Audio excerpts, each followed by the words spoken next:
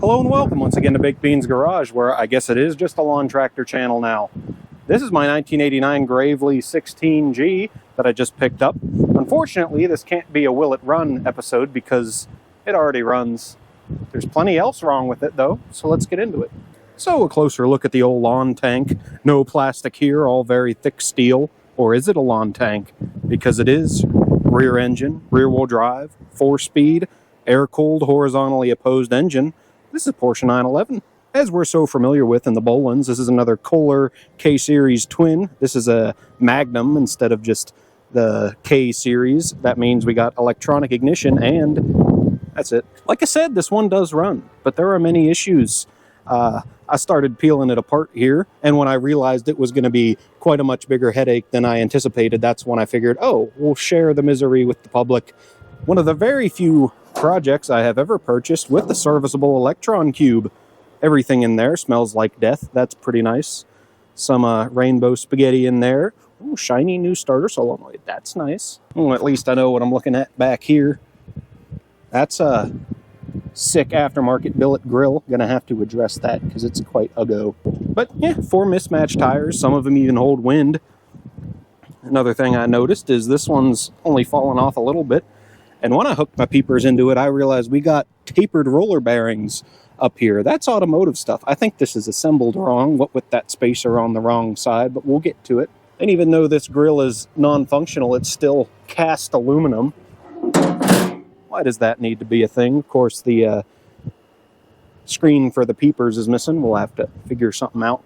Haven't been able to find a new sticker set yet, but I guess we'll worry about that later after it works. Also interestingly, Gravely was owned for a brief period by my favorite automotive manufacturer of ever, that being Studebaker, of course, and continued on even after Studebaker kicked the old bucket. Anyways, on to the main, or most noticeable problem at least. That PTO lever is just stuck. Already took it off the linkage back there on the transmission, so it is just this shaft here. I'm going to try to free it up, but might have to pull that whole shifter shaft out. But first, I'm going to get the old pressure washer and knock some of the big chunks off. That one's looking a little sad, mainly because it has a blown engine, but I'll at least clean it up because people like watching that.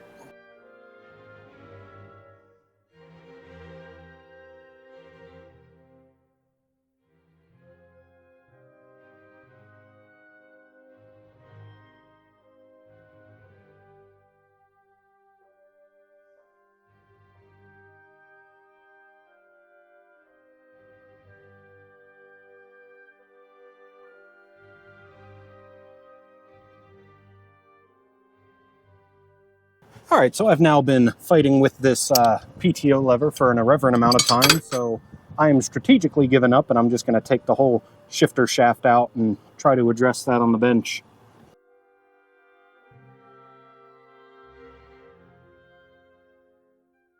So that wouldn't have been so difficult if this could move like it should, because you should be able to slide that down the shaft and get that guy on there before you plop it all down in. But since this is seized, this guy can't go in enough to, be able to lift it out, so I kind of had to jam it sideways. But it's out now, so I'm going to try to free that up. And my plan for this pretty much just consists of heat and violence. Mushrooming this shaft out at the top is probably unavoidable, but it doesn't really matter because that area isn't really used for much.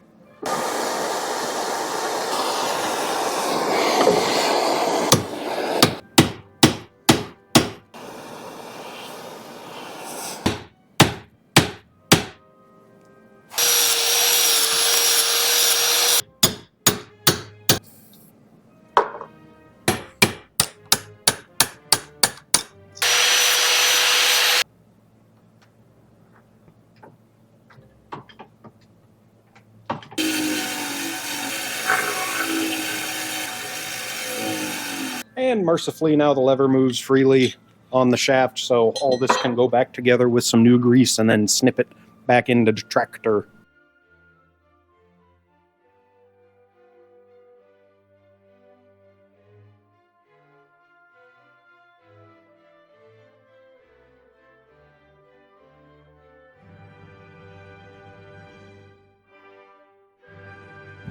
And with that all three levers work as they should.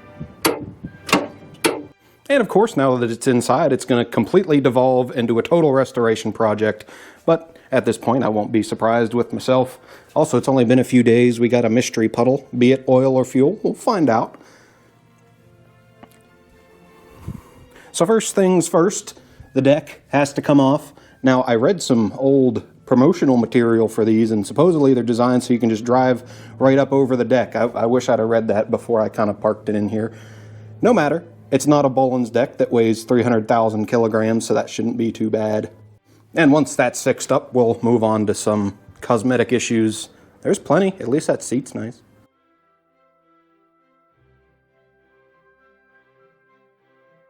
Alright, so credit where it's due. That's 3 cotter pins and it comes off just by hand. Especially a fan of this quick release PTO shaft. Just think like a air chuck design. Just lovely. But someone has indeed committed some serious sins to this deck in the past. So it's a pretty unique design. I haven't seen this before. You got the 2 pivots here, the 2 pivots at the front, what anchor to the frame, and then these little follower guides that kind of just slam down into this bar, what's determined by the height of those wheels with the selector there. My point is, this should pivot freely, and it very much does not. You can see it's all bent out of shape on either side. Someone was missing this little bushing here, so they just slammed a bolt into it. That's certainly not helping. I guess I'll just start blowing it apart and see what I can weld back together.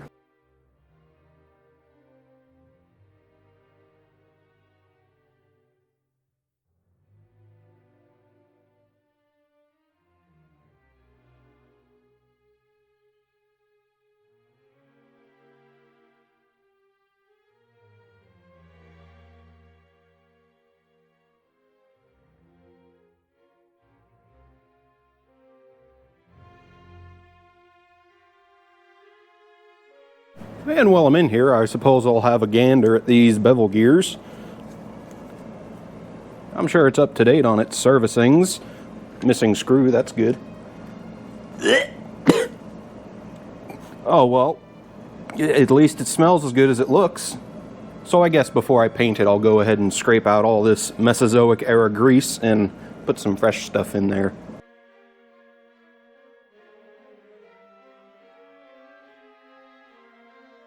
And with them teeth prettied up, we can move on to making the rest of it pretty. I'm just going to use some off-the-shelf Rust-Oleum for the sake of, you know, touching up in the future. Of course, it's going to get beat to hell again, but we'll get there.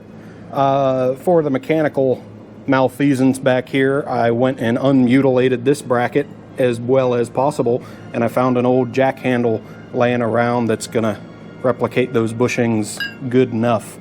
Also going to shave this guy down so that's the same profile, because that's what sets your deck height, just so it's level. We'll get to that.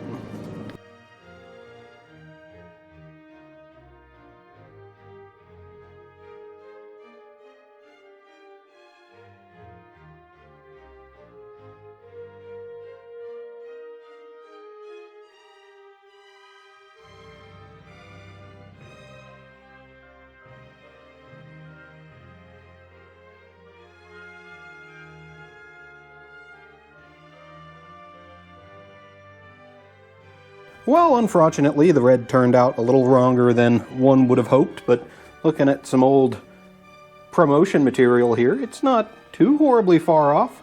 You're back from when you had to put on your jeans and your polo shirt and your OSHA-approved flats for mowing the grass.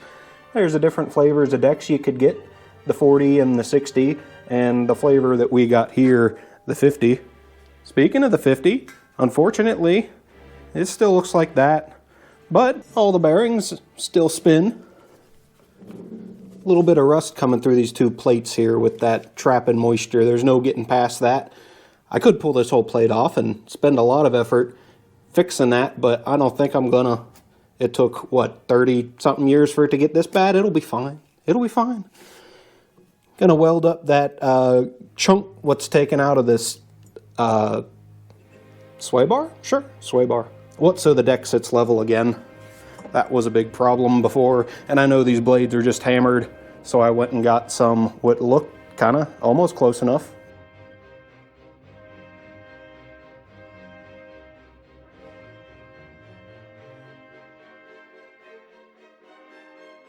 So a few observations and a few tips.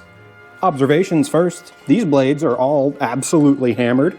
These two aren't teabag, could just use a quite heavy sharpening. This one's just missing chunks. Second observation, it's quite nice under here. You notice those new MTD, like a new John Deere, you'll have the powder coat just eating away all around the outside rim of the deck and just pitting, crawling up the sides. That's just cheap metal and cheap powder coating. None of that here. There's no rust in this deck at all. So I'll clean that up and maybe protect it a bit. Why it's rusting up there at the top is these little grooves for these guides. What poke through on the top, they're letting moisture up inside there and between those two plates. So I'll probably do something to seal those up a little more better. On to the tips. If you have one spindle bearing go out, only replace one with a unique unit if it's going to be the next owner's problem. That's what I'm dealing with here and why that blade was different. Back to observations, that's 4 out of 2. This blade was sitting almost a full 2 centimeters taller than the other two. That's why it was mowing all wonky. I did have it running, by the way, just didn't show that yet. And finally, tip 4, 5 out of 2. Don't go buying fancy new mulching blades after you've only taken one blade off your brand new old tractor until you've verified that not only all 3 are the same, also that they were the correct blades in the first place, because these are John Deere 7-star. So being that these 2 blades are salvageable, I'll probably clean those up, put them back on, even though they're still wrong. They worked before, and then maybe just use one of these new guys over here.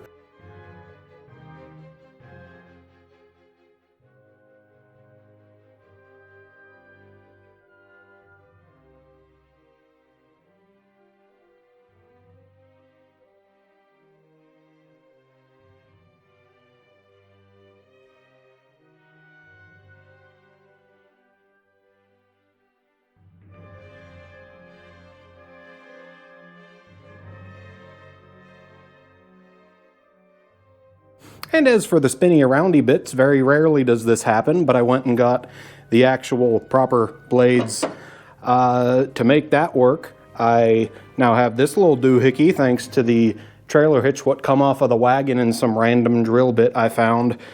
That'll go on there. I made it green for some reason. And that will both set the blade at the right height and make it so all 3 blades are the same. So now to flip this back over and make it pretty.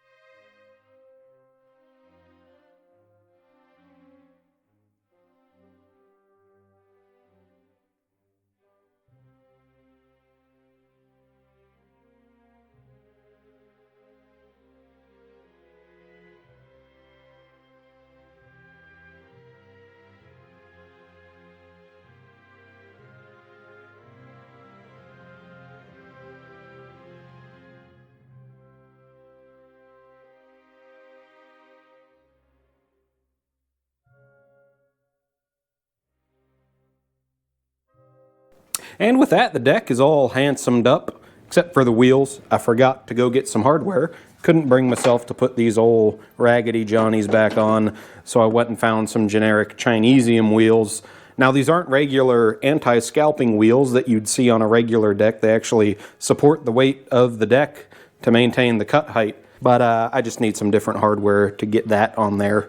Anyways, we can finally move on to the many cosmetic issues of this here tractor. There's plenty of mechanical ones, but we'll get to those after, of course. Form over function. One thing that's been bothering me, a little hole's been chewed out of this here hood. I don't know why. Got to weld that back up. The steering wheel is not round. Someone must have had a frontal accident. Very tragic. No airbag. I'm going to try to snip the one off the parts tractor. We'll see. Around the front end, we are missing our spectacles. There should be a little diffuser lens over there. I have an idea for that. Back here, more than just cosmetic, this grill is obviously sinful. I got some new mesh, gonna try to pretty that up with. And over here, we're missing a whole shroud.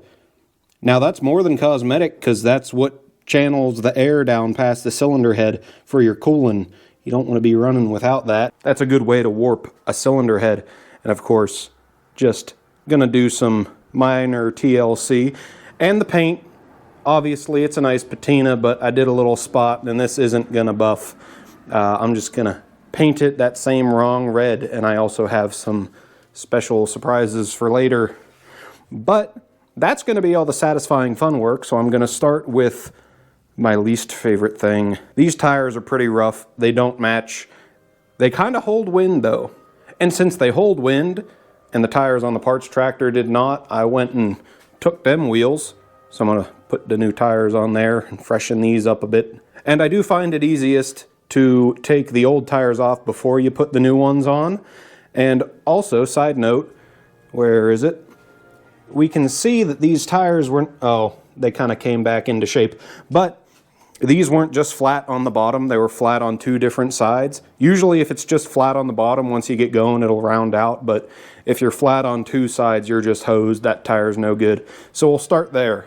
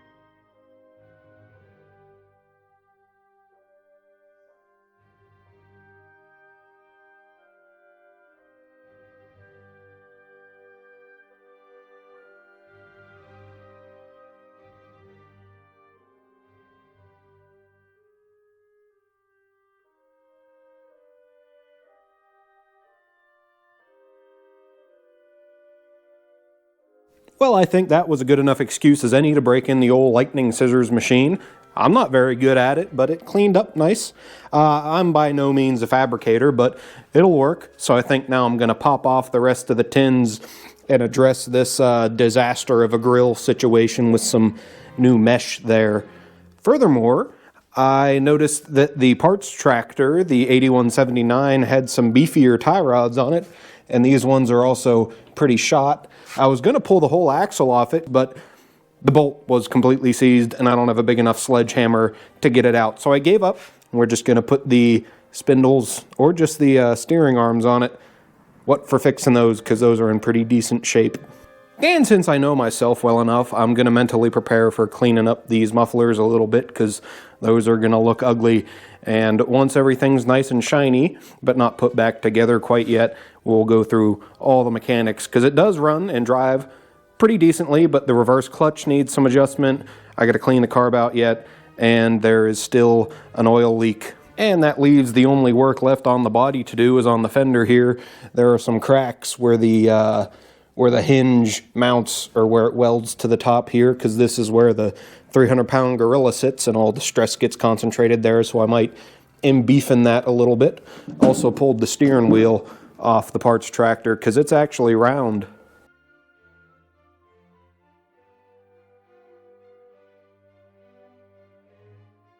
Well, may need to call in a dentist on account of all the teeth we're missing here. Yeah, that's pretty bad. This thing probably ran real hot. That's definitely why the previous owner threw that grate on there. Hopefully that's still gettable. Unfortunately, she's old enough to be mostly steel and cast iron, but we do have a few plastic pieces. So with that pulled off, there's no part number anywhere on it, but I think I may have found a good replacement on the interweb somewhere from a website I've never heard of. So we'll see when and if that shows up, or else I'll just have to make an aluminum one. Anyways, now I'm just going to montage through getting her ready for paint. I got to pull the carb off anyway to give her a clean, and I think I'm going to pull that manifold off to paint it as well. Don't you worry about those. If you're here from the Volvo series, we'll talk about them later. And speaking of broken plastic, here's the steering column bushing, what sits right in there. But upon taking it apart, I found that it uses the same one at the top and the bottom. So I think if I just switch them around, I'll clean that up and grease it. But that's quite the improvement.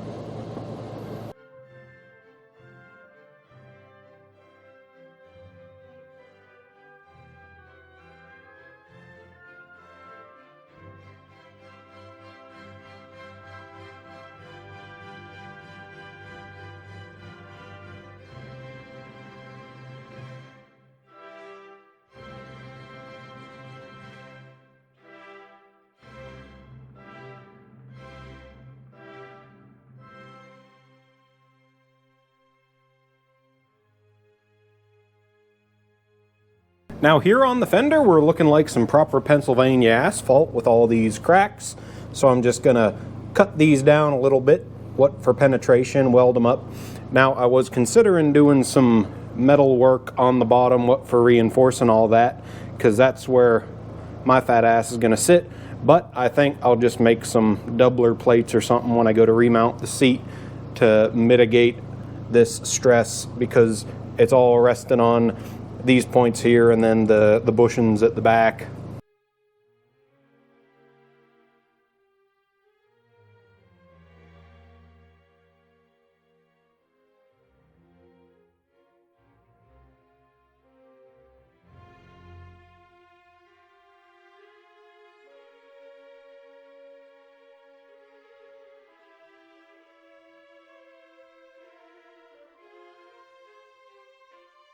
And with all the tins and the body parts and the engine pieces all prettied up and the frame almost ready for paint, before I go ahead and take this front axle apart, get them beefier bits in there, and of course make this pretty, I think it's time for the part of the show where I hyperfixate and over-explain an insignificant detail. So today, steering Ackerman.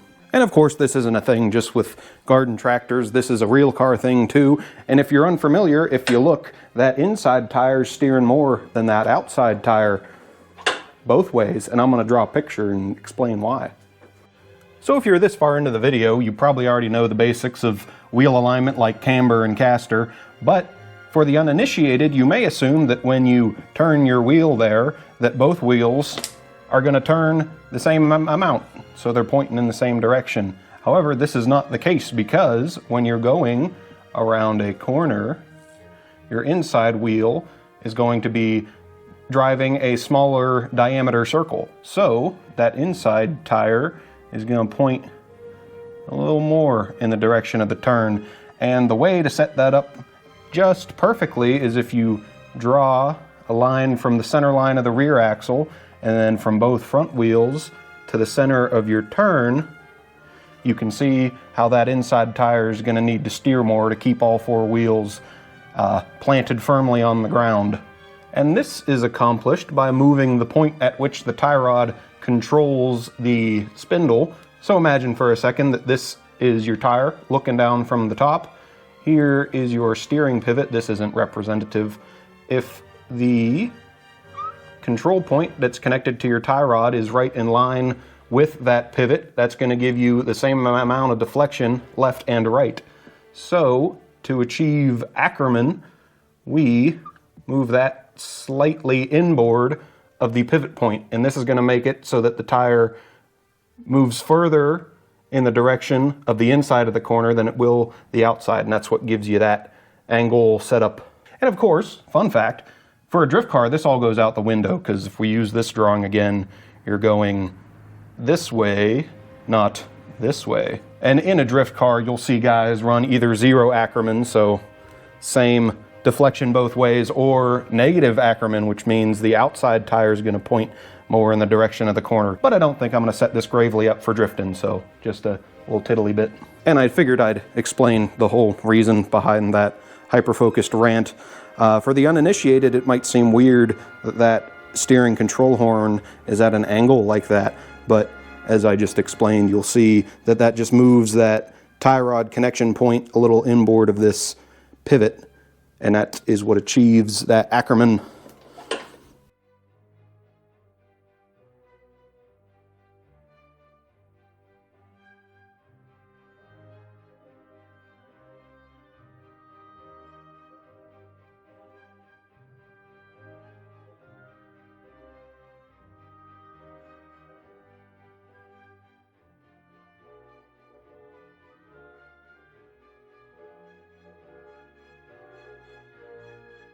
Now the important thing to keep in mind is when it's going on, it is a liquid, so you want to overlap your passes enough so that it flows into each other, because that surface tension is what gives it that nice even gloss. Now of course there's dust and garbage in here, but it is a tractor.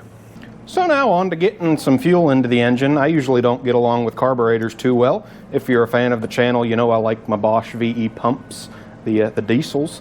And people like it when I draw pictures, apparently, so I've drawn a picture. If you're not familiar with the basics of carburetors, listen up. So, basically it just uses Bernoulli's principle to create a suction to suck the fuel into the engine. This is called a venturi, basically an airfoil all around the tube. It's just squeezed in the middle. And Bernoulli's principle tells us that when air speeds up, it gets less dense. And forcing it through this restriction, that makes it less dense. And down here in the bowl, this is just atmospheric pressure. So we got this wind sped up coming through here, and that is able to suck the fuel up and through. And now there's jets and a bunch of very specific sized holes that make it come out as an aerosol, but that's a little too advanced for a 30-second explanation. Furthermore, on the bowl, here's the float.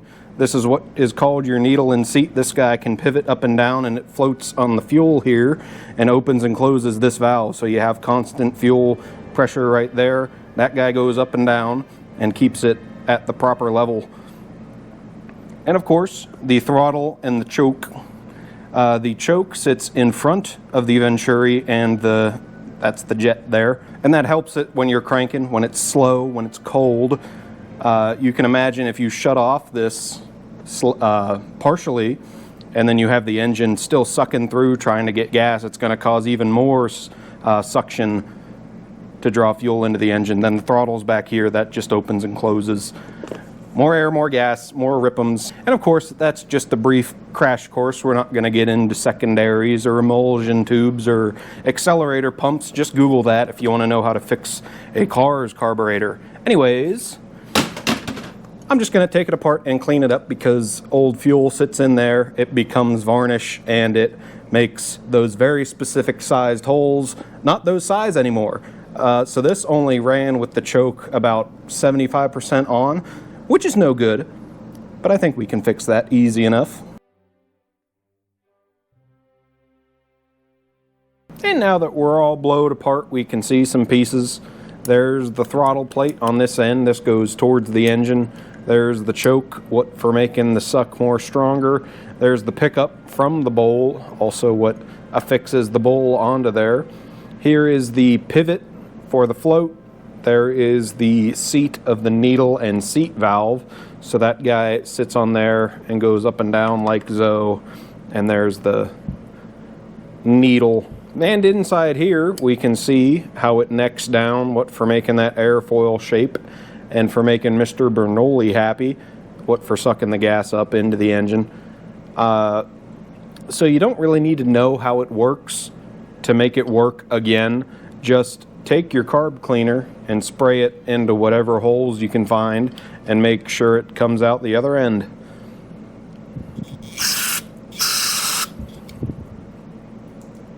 Sure, that'll probably work.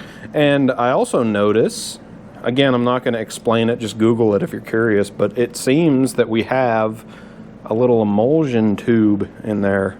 Pretty advanced technology. Very cool. So I'm going to clean this up on the outside, and then on the inside I'll probably just leave it bare aluminum for some contrast. It'll look nice.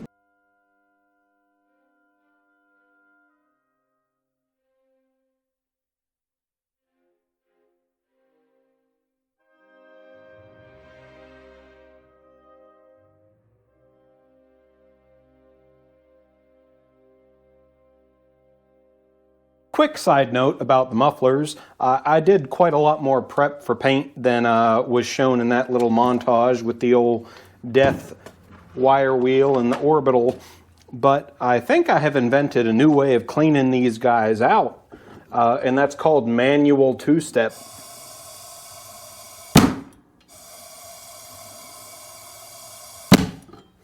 Now, I don't know if that actually does anything to clear out old carbon, but not like I'm going to replace these guys because it sounds delightful with these mufflers, and you know, spending money isn't exactly my strong suit.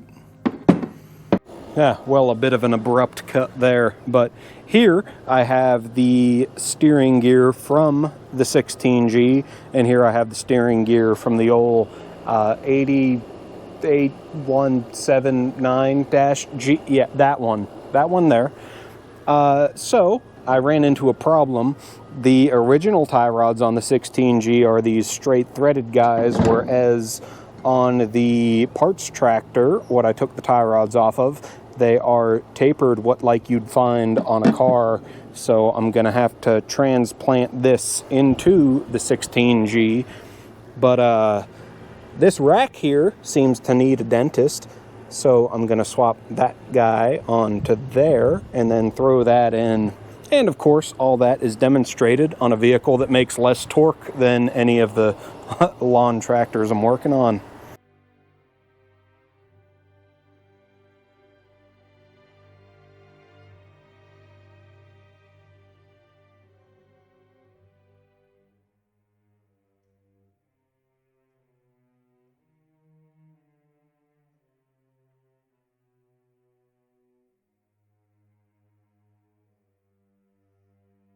So now with some steering pieces drying over there, it's everyone's favorite part. Now, of course, I'm poor, so it's going to be manual. I have been procrastinating. I hate this part, but I got some new valve stems. They're tubeless, of course. I'm just going to use some soapy water as some lube and just fight until I hate myself.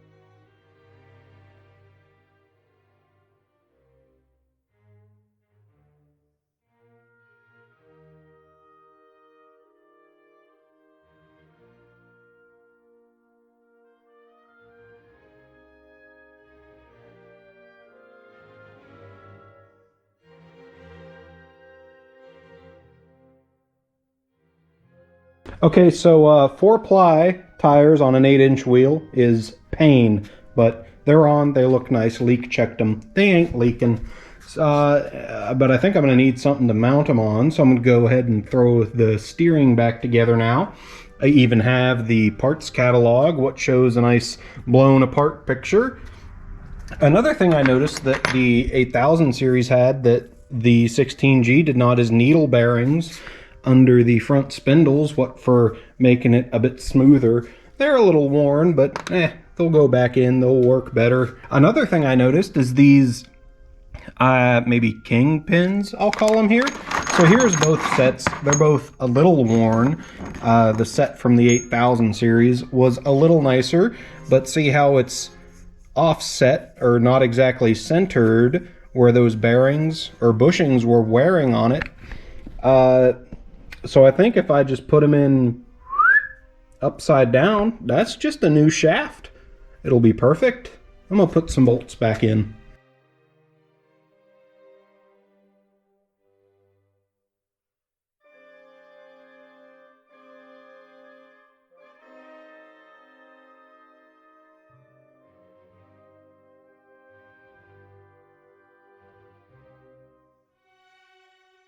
So I forgot to get the grease seals for the front wheels, so I'm going to move on to something else. I'm going to put the hood on, but before I do that, I have to do this because some of the bolts go through the stickers. These are from a little company called RG Graphics out of Pennsylvania. They have a bunch of sticker kits for some old lawn tractors, which is pretty nifty.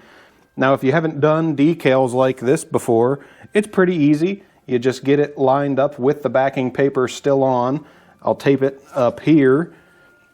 Then once I'm ready to go, I'll fold that up, peel the paper off, then spray down with some window cleaner to act as a lube to allow me to position it just perfectly and so it doesn't stick immediately, and then you squeegee it out with a body filler squeegee. Very easy. I also took some measurements before I prepped the hood for paint. So I got these guide markers to get it just in the right spot.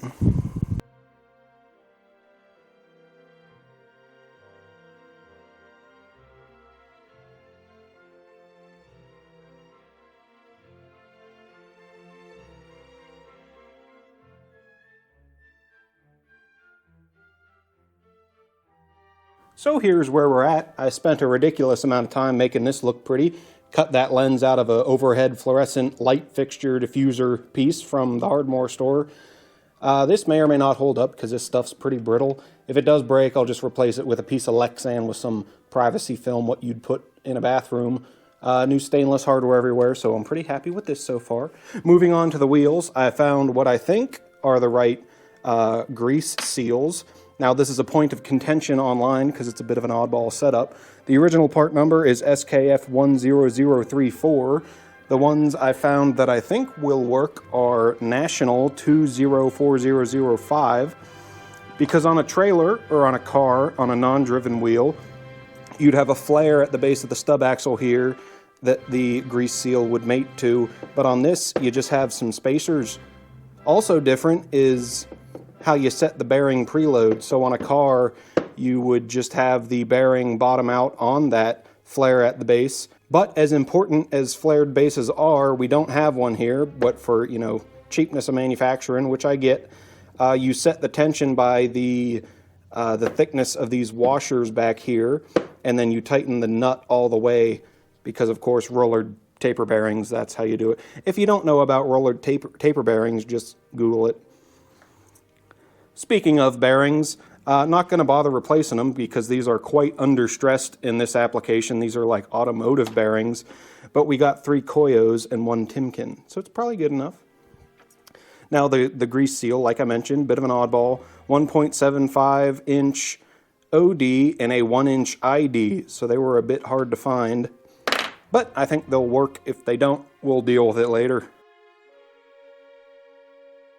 So that's all buttoned up, but a few things before I can throw the rears on. Gotta put the engine back together a little bit, which includes sorting out this oil leak, so I hosed it down with some brake clean to find the fella, and it looks like it's just from the drain plug, so guess I got lucky. I'll just slather that with some RTV and slam that back in. Gotta change the oil anyway. And of course there's the issue of the fan. I did find a guy who's making new ones out of West Virginia. I'll put his information down in the description in case you're looking for one. So we'll change the oil, maybe put the hitch back on, put all this back together. Also including new fuel system, got some hose and a filter and some clamps, also new Sparky Boys, so we'll throw all that together. Then we'll be able to snip the tank in, as well as the battery.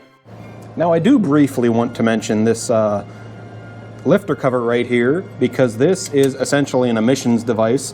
You got all kinds of things and pressures and oils flying around in the crankcase, so you're gonna have some vaporized oil trying to escape, and this pretty much gives it a space to condense before it's fed back into the intake to get burned by the engine. Now there was a little fiberglass insert in here, but I lost that. It was also very small, so I'm gonna stuff it with some steel wool. That will give the oil a bunch of surface area to cling to and to cool down and condense and drain back into the engine. Because when you have a setup like this, like all modern cars have, what for emissions purposes, when you have that vaporized oil getting fed back into the intake, that's going to build up on your valves, and that's going to give you carbon deposits in your intake system, and that's no good. So this is basically just a little catch can to try to mitigate that. And similarly, if you have one of those cheapo catch cans from eBay, it may come with this actually, but if it doesn't, stuffing your catch can with some steel wool will make it quite a lot more effective. Anyways, I'm going to put some stuff back together now. I'll be using Loctite on everything because a lot of vibrations back here.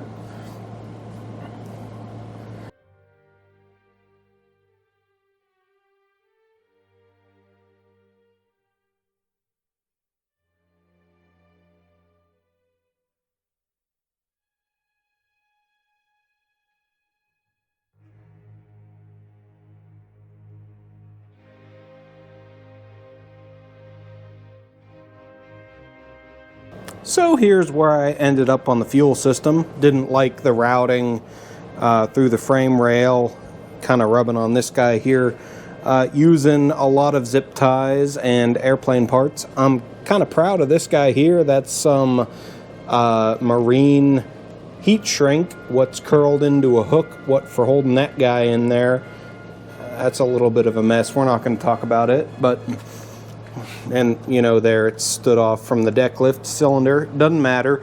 About ready to throw in the tank and the battery. I have a old universal battery tie down. I think it's going to work perfectly for that. Supposedly I'll have the fan tomorrow so I can throw on the tins and actually button this all down to make it nice and pretty. But I think I'm going to jump the gun and throw the rear wheels on because I really want to see them on there. Forgot to mention I found new bushings for the hood at the local Hardmore store. That's why the hood was sitting all whopper jaw, so it's nice and level now. Also those seals I talked about, those worked quite nicely. Back here, lovely new fan from Mr. Robin Snyder. I'll put his information down in the description. 3D printed. I'm sure it'll hold up good enough. I believe it's ABS. Very nice fit and finish. He even makes it so the screen attaches with screws instead of the little clips. But before I even found that fan, I had already gone and done this little cheeky detail there that I thought of as soon as I found the square mesh. Hopefully that clears the fan. We'll figure it out if not. But yeah, montage time. We'll throw the tank, the battery in, get all the tins back on, this stuff. The pedal, got some new grip tape on there, the linkage. Pretty much, I'll just montage through putting the rest back together.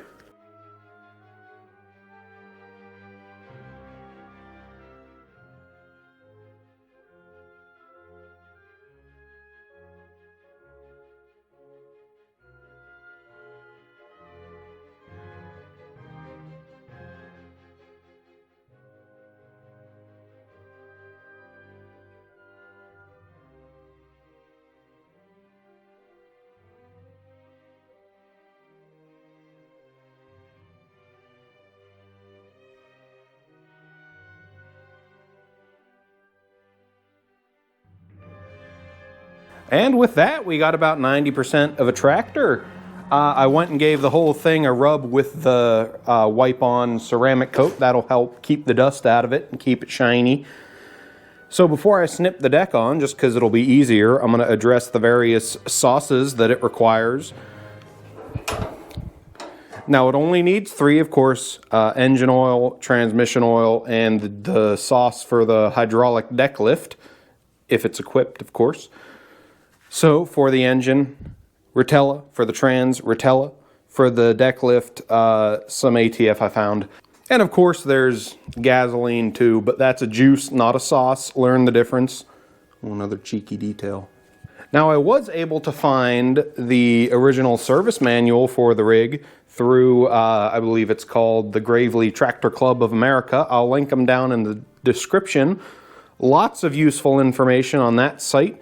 Found it from the same guy what provided the fan for me. So I'll just give those a fill up and then snip the deck on and we'll be about ready to go for a drive. Of course I need to figure out the seat situation yet. Now these like to crack right about here because that's where the bracket ends, what ties it into the hinge point down there. And I'm quite a chunky fella and I'd like to keep it from cracking again. Don't want to have to weld again. Obviously I'm pretty bad at it. So I'll figure out some kind of rail to distribute the load here, but we'll get to that. So I learned that this transmission doesn't have a drain plug. It was a little low, so I just topped it up with some SAE 30 straight grade. Moving on to the seat mount. Like I said, I need something to distribute the load, so I don't poke through at these hinge points again. So plywood is an obvious answer, but that's a little bit boring. So here's some fiberglass laminated aluminum honeycomb. When you board your flight, this is what you're walking on. Once you poke through and you damage that honeycomb, it becomes not economical to repair it. This one happened to get damaged before it even made it to the plane, so that's free. Very stiff and very light. So that'll bolt to there, and then the seat will bolt through it. Speaking of the seat, I had to use some little blind nuts, what are made for wood. I peeled the seat apart and hammered those in there so I can bolt it back. All the old ones were just rusted out. But again, speaking of oil, we can see down in there the plate that blocks off where an oil filter would have been on a different model. No oil filter on this guy. Took an embarrassingly long time to figure that out. But some Cub cadets used a remote oil filter. So I found one of those pieces from a Cub. So later I can make some AN rigid lines and make an oil cooler and a remote oil filter, because these like to get the oil real nice and hot. But that'll be a different episode. Anyways, I'm about ready to snip the deck back on, once the seat's mounted, of course. I took some artistic liberties, same thing. I made the stripe white instead of black, what for matching those stripes. Also got the wheels mounted up, having a little bit of a clearance issue here, but we'll figure it out. So yeah, I'll get that guy painted up and then start throwing more stuff at it.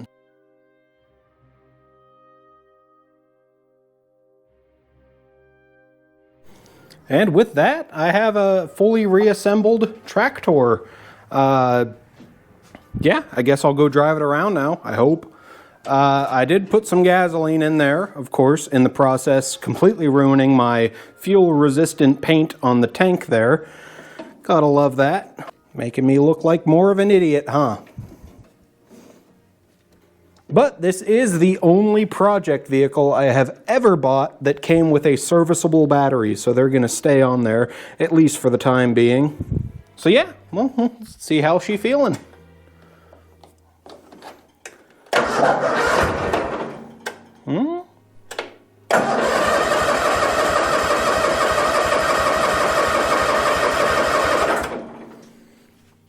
May need to give her a minute to draw some fuel.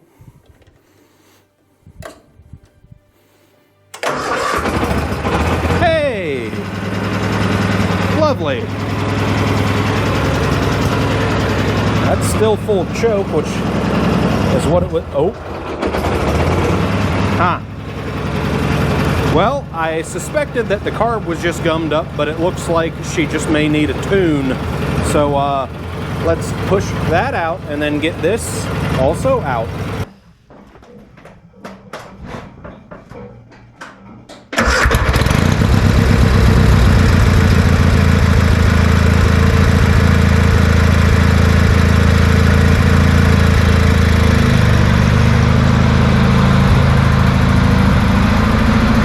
Hey, we got a runner. Now, I did spend a few minutes fiddling with the carb. There are 2 adjustment screws on there. I couldn't find much literature on, what they do, but I guessed for a while, and it seemed to work, because it runs a lot nicer now. One thing I noticed, the brake definitely needs adjustment. Honestly, it needs a new liner, because that band is just worn right out, but no matter. I'm going to try to mow some grass.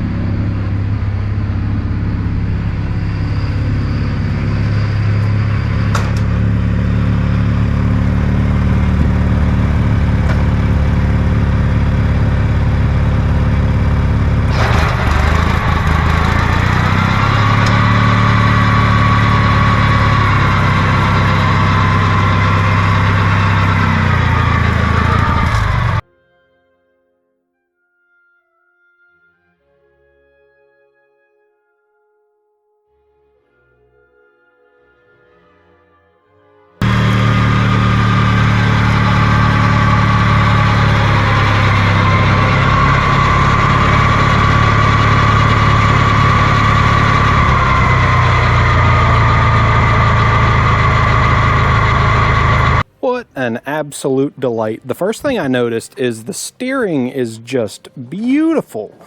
Not only do she turn about as sharp as a zero turn, it's quite easy to turn that there wheel. Obviously no power steering, but of course the engine being in the rear, that probably helps. Yeah, I guess it's done. It seems to bog down a little bit. The floater valve does not seem to be working at its peak performance, but we'll address that eventually, maybe in a different episode. This one is already probably borderline excessively long, but no matter. A few things left to address. A little bit of hanger rash. I dropped the seat on something. That really irks me because this is an original seat and it was in such nice shape. I'm just an idiot there, but just lay your peepers into her. What a lovely machine.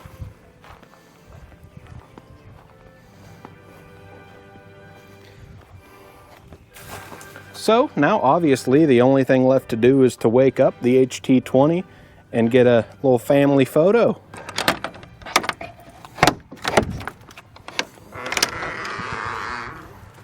Now if you didn't watch my 2 videos on this rig, I'll inform you now, she's a peach. This is how she starts being 50 years old. Full choke, no throttle. No choke. Just like that.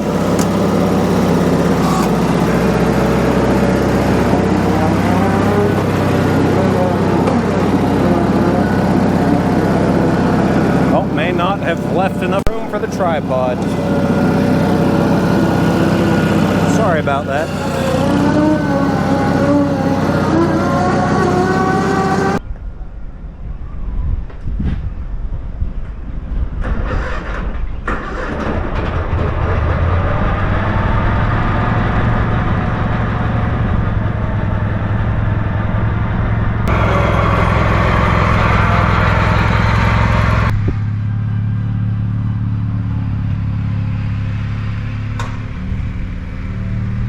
Obviously, I got to take some photos for the old Instagrams.